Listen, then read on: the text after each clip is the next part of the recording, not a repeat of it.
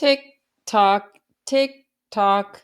People want to know, what is the timing of prednisone side effects? When will the side effects start? When will they end? What am I going to experience when? And I wish I had a crystal ball and could predict the future and tell you this is exactly when this side effect will start for you.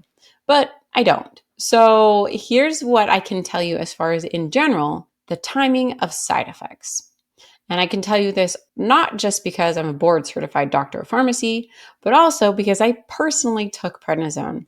And these are the side effects I personally experienced.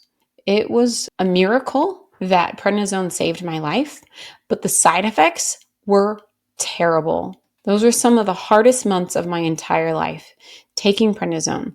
So I'll share what happens early in the course of prednisone, things that are more likely when you're taking prednisone short term, like 7 to 10 to 15 days, and then the things that happen longer term and things that happen after you stop taking prednisone. So this is the prednisone side effect timeline. So at the beginning, after that first dose, a lot of people feel fantastic. Some people have reached out to me and said, can't I just take this for the rest of my life? I feel young again. I have energy. My old neighbor, who was practically wheelchair bound, felt suddenly young enough and had enough energy to go power wash his RV. And so that's typical, this euphoric feeling of energy at the very beginning, but it doesn't last. It eventually goes away. Higher doses lead to usually more euphoric energy for some people than otherwise lower doses and for other people. Unfortunately, the mood changes can become over energetic, and some people get so stimulated that they feel anxious, debilitating anxiety, jitteriness, and that positive becomes a negative. Sometimes short term, sometimes long term, but usually more often short term. It can even progress to full-blown psychosis, especially at higher doses.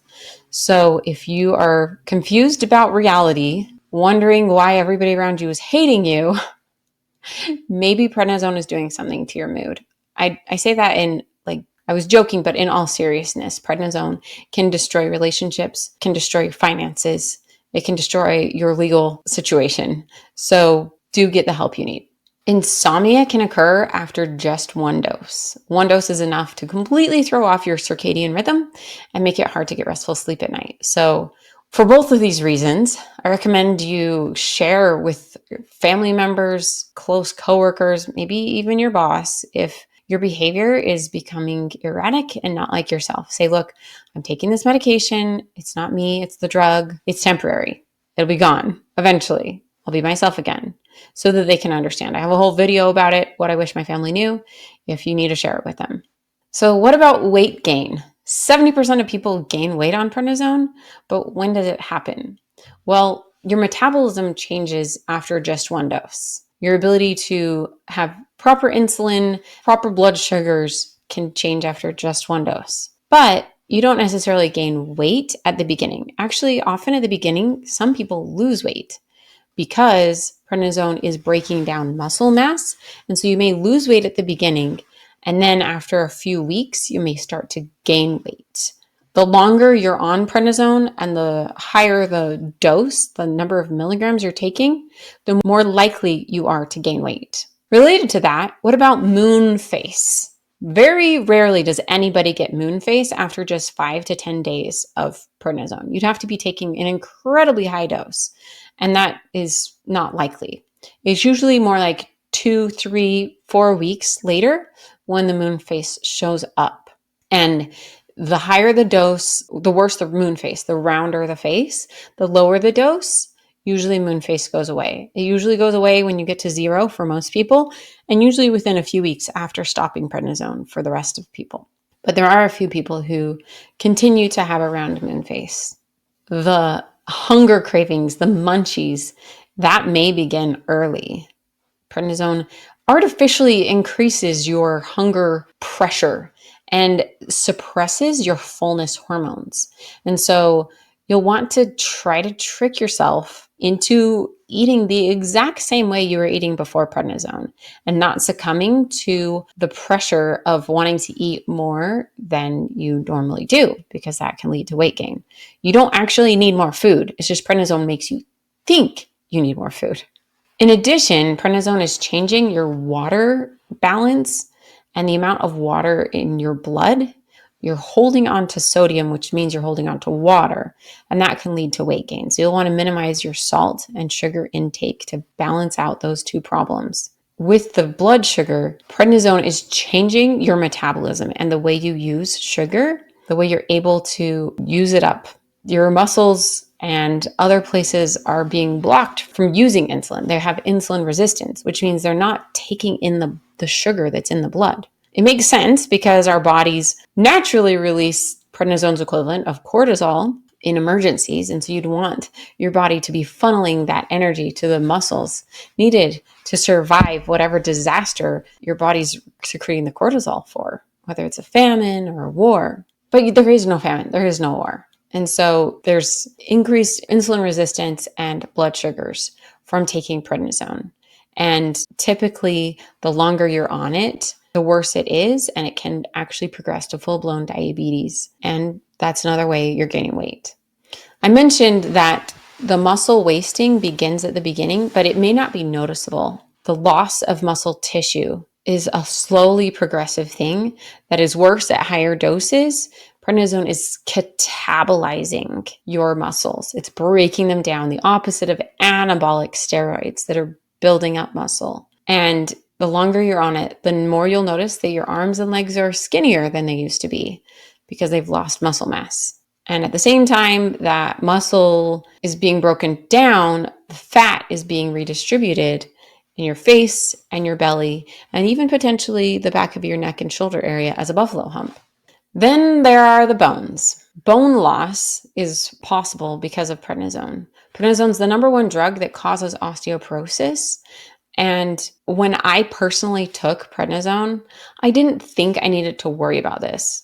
I was young, I was busy, lots of little kids, and didn't seem like it was going to be relevant to me because that's something that grandmas get. That's a problem only old people who've been on prednisone have to deal with. At the time, I didn't think I was going to have to be on prednisone so long. I thought, oh, it'll just be 10 to 14 days. Nope, I was on it for 9 months. And research has shown that even one dose increases the hormones that are breaking down bone and decreases the hormones that increase bone growth. So the combination of those is bone loss. And that can happen even after just one dose. That's why the doctors who prescribe prednisone the most, rheumatologists, recommend supplementing with calcium and vitamin D, getting your vitamin D level tested so that you make sure it's in the right range to support proper bone growth and prevent that bone loss.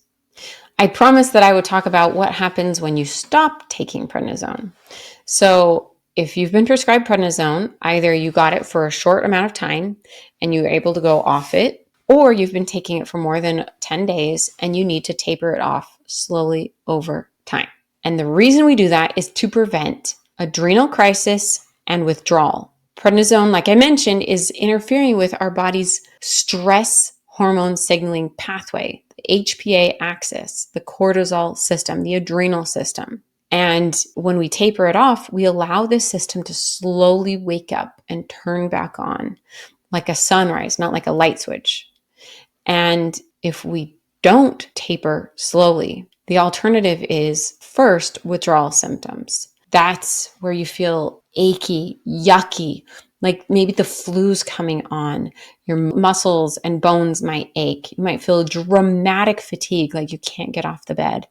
You might have sleep changes. You might have nausea. You might have weight loss instead of weight gain. Basically, your body is kind of shutting down. You're not able to function properly. And that's withdrawal. The only way to fix that is to go back up to wherever the lowest effective dose where you weren't feeling that is. And then if that progresses and you have to deal with some dramatic, stressful event, like a really bad infection or a car accident or a divorce or something, your body can actually go into adrenal crisis, go into shock with many organ systems failing and die. So you want to be so careful that you're tapering gently. You're treating your body with the respect it deserves. So now that you know the prednisone side effect timeline, what happens at the beginning and what happens at the end, there are lots of mistakes you can make, like I did with bone loss. And that's why I created what is your number one prednisone mistake quiz. You just take this quiz. It takes about 2 minutes. And in there, you answer a few questions to find out which mistake when it comes to prednisone use that you are making. And then at the end, I give you tips of how to overcome that mistake. So just click the link below to take that quiz now. Signing off was Dr. Megan, your prednisone pharmacist.